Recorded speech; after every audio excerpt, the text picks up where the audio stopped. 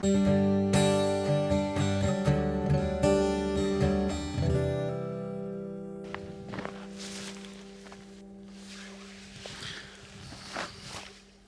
I'd like to talk to you about the differences between living in Tokyo and in rural Japan.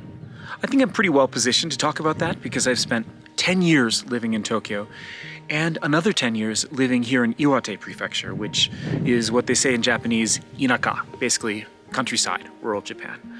Of course, 8 of those years I've been living up here in Morioka, which is a proper city of about 300,000, but still, from the perspective of Tokyo, it's still considered inaka, so to speak.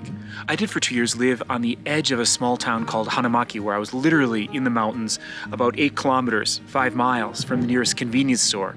And I believe it was about 13 or 14 kilometers to the nearest supermarket. That was really the countryside. And so I can talk from experience about these 2 different ways of life, these 2 different living experiences here in Japan. Some of the things, of course, are the same in any country, and others maybe are unique to Japan. In relationships, a lot of people say you have to pay the price of admission, meaning that you have to accept some habits you don't like, some things about a person you don't like, because no 2 people are going to be a perfect match. I think where you live is similar to this. You're not going to like everything about where you live, but if the good generally outweighs the bad, then you can be pretty happy. Let me talk about Tokyo first. I lived in Tokyo from September of 2000 until December of 2010. Tokyo has so many pluses that I almost feel like I don't need to talk about the benefits of living in Tokyo because they're pretty self-evident. Tokyo is amazingly convenient. It's got everything you need, anything you want to buy, anything you want to participate in, any skill you want to develop, club you want to belong to, any concert you want to see, everything is there in Tokyo. It's just great. Of course, jobs, you can work in a number of different fields there. It's really a fantastic place. And I didn't leave Tokyo because I was sick of it. I rather left just because I wanted to experience something different. So I didn't think, I hate Tokyo, I gotta get out of here. No, it was good. It was good. I loved it. But still, in my perspective, the negative parts of Tokyo are, first of all, the weather. The winters get down just around freezing or a little before freezing. There's not really any snow. And so it's just gray and ugly in the winter. You can't enjoy it and hang around outside. But it's just blah. And the summer is just painfully hot. It's just ridiculous. You really need air conditioning to survive the summers in Tokyo. It's that bad. And everywhere you go is pretty crowded. There are so many great restaurants, some of the best places to eat in the entire world, but you may have to wait in line for an hour and a half to get in, literally. One thing I love about Tokyo is all the people. You can meet all kinds of different people and have a pretty diverse friends group really naturally and easily.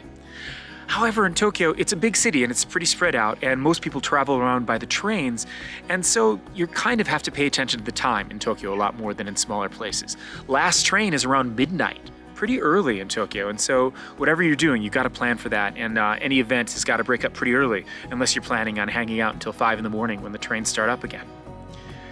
Of course, everyone gets used to that, but it's pretty inconvenient. Having a car is just not very convenient in Tokyo. Just having a parking space is an extra $200 or $300 a month and can be more if you live in a fashionable area of Tokyo. Also, the air in Tokyo is not great. As far as a city of its size goes, I believe the city itself is around 12 million. It might be, I think, over 30 million if you count the entire extended metropolitan area, the big sprawled out area, including parts of Saitama and Chiba and Yokohama.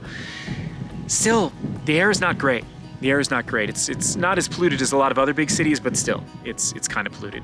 Also, tap water, of course you can drink it. It's clean enough to drink, but it does not taste good. Even with the filter on your faucet, it really kind of reeks of chlorine, which I guess you get used to, but I never really liked the water in Tokyo. Also, for a lot of outdoor activities, even when you get out of town, anywhere within day tripping distance of Tokyo is gonna be crowded. Sometimes ridiculously so. And again, you have to pay attention to the train times and everything like that. So it's not ideal that way either. All of my experience living in the countryside of Japan is here in Iwate, which is in Tohoku, in the northeastern area of Japan. So it might not correlate precisely with some other areas. I don't know, for people living in Kyushu or southwestern Japan, it might be different. But first of all, for me, one of the big reasons why I wanted to come out here was the seasons. Winter here is glorious. You get proper snowfall.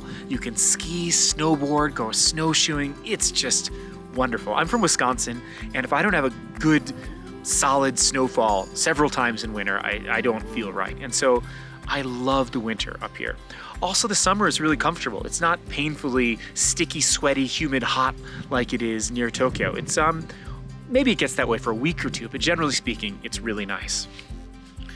Also, it's a lot cheaper to live up here. When I first moved up to Morioka, I rented an entire house for about $700 a month, and that was a 3-bedroom house that I just had all to myself.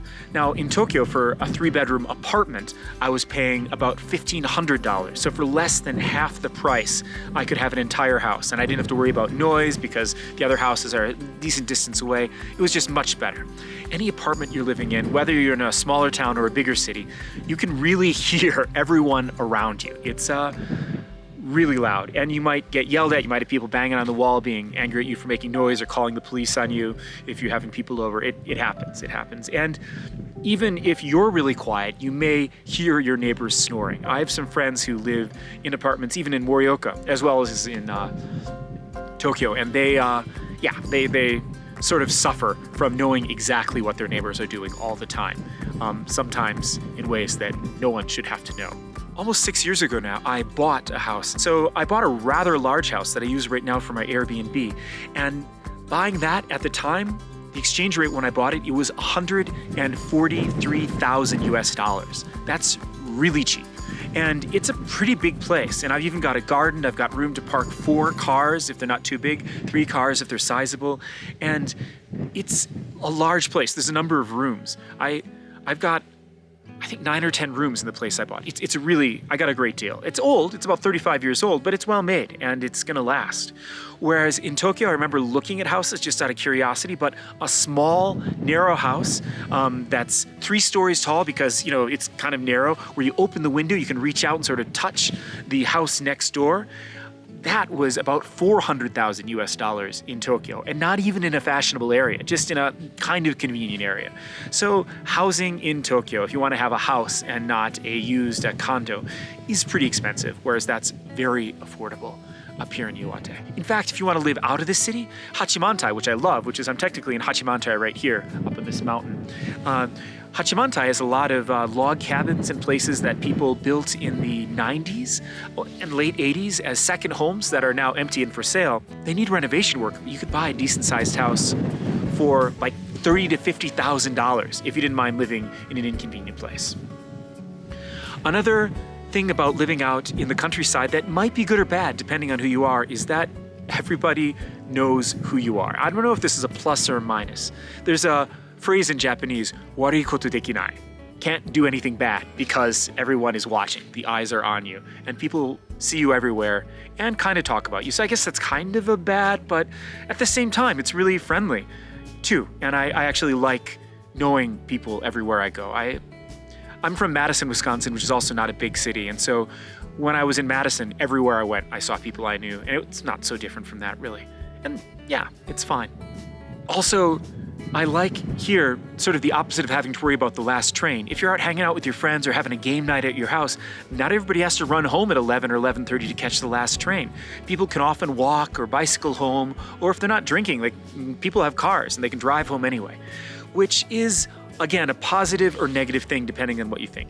In Morioka, not everybody I know has a car, but most people have cars. It's not necessary if you're in the city, but if you're in a smaller town, you definitely need a car. It's not that expensive, but I understand wanting to live car-free, but because I love hiking and going out all over the mountains here, you need a car to get to the trailhead. And so cars are not really optional in my experience when you live out here in the countryside if you want to get around. So that's a plus and a minus for living here out in the countryside. Another thing which is definitely a negative is there aren't many jobs out here. It's been okay for me because for the first 5 or 6 years I was living out here, I was running my own business, and I still am to some degree, but I sort of switched into doing a lot of contract work, which for me is okay out here. But for a lot of people, there are going to be really limited employment options unless you're right in a big city like Tokyo or Osaka. And so for some people living out in rural Japan, unless you're a digital nomad, do people still say that? Well, unless you're working remotely online, it may be very hard for you logistically to make any money out here. It may not even be an option. And so That's certainly a large factor. Most of my English-speaking friends up here work somehow related to teaching English. There's a number of universities that people work at. Other people's are what's called ALTs, assistant language teachers at high schools. I know one person who actually got a real teaching license and works as an actual full-time teacher at a high school.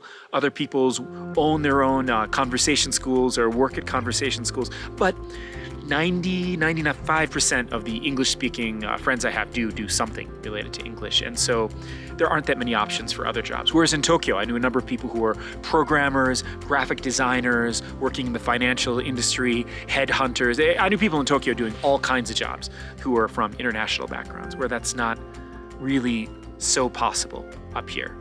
Though there are a few people who run their own interesting businesses up here as well. And there's people like me who's doing all sorts of different stuff. For me, the proximity to gorgeous natural areas that I have here in Iwate really put it over the edge. I love that I can drive 35 minutes from my house and be at the trailhead to this mountain. I'm here up at the aid station right now, Mount Iwate, and I love this volcano so much. There's another volcano, Mount Akita Komogatake, which is just over the border into Akita, but that's like a 45-minute drive to that trailhead.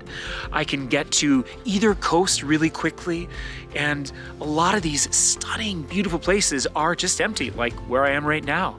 And that is, for me, one of the major benefits to living here in Iwate.